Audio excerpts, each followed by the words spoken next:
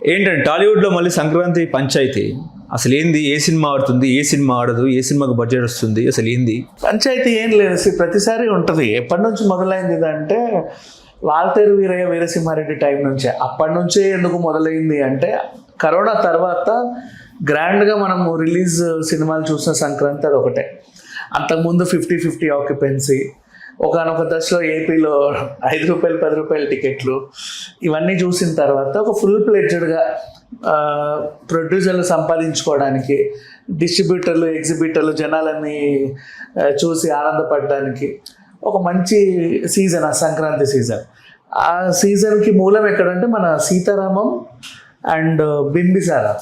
అప్పటి నుంచే థియేటర్లకు జనాలు వచ్చారు. అంటే ఆఫ్టర్ 50-50 ఆక్యుపెన్సీ తర్వాత ఫుల్ ప్లెడ్జ్డ్గా జనాలు వచ్చినటువంటి సందర్భం. అప్పటి నుంచి ఆ పరంపర కొనసాగుతా కార్తికేయ అన్నీ ఏవేవేవో వచ్చి సంక్రాంతి సినిమాల మీద బాగా జోరు అందుకుంది. ఇక ఆ టైంలో పైగా చిరంజీవి ఫ్యాన్స్, బాలకృష్ణ ఫ్యాన్స్, ఒకటే ప్రొడక్షన్ హౌస్.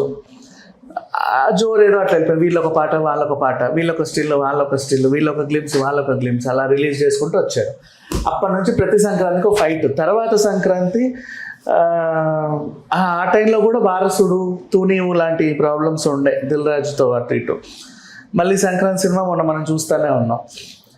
ఇప్పుడు హనుమాన్ కొట్టింది ఆ సంక్రాంతికి, మళ్ళీ సంక్రాంతి వచ్చింది. ఇప్పుడు ఈ సంక్రాంతికి సంథింగ్ ఏదో ఉంటుంది.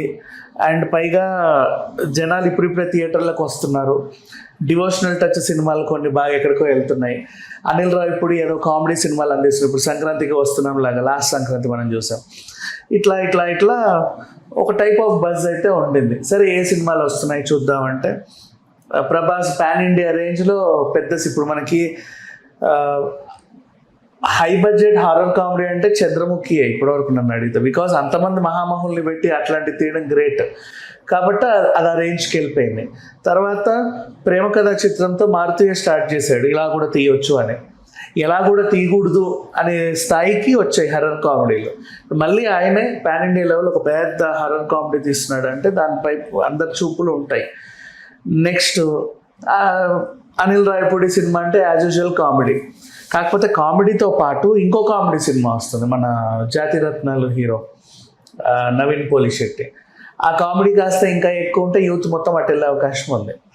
నెక్స్ట్ దాంతోపాటు రవితేజ మాస్ జాతర. రవితేజ విత్ హ్యూమర్ ఉంటూ యాక్షన్ ఉంటుంది. రవితేజ సినిమా హిట్ ఫ్లాప్ అని ఎవరు చూడరు. రవితేజ సినిమా అంటే ఓసారి చూద్దాం అనుకుంటారు, బాగున్నా బాగాలేకుండా.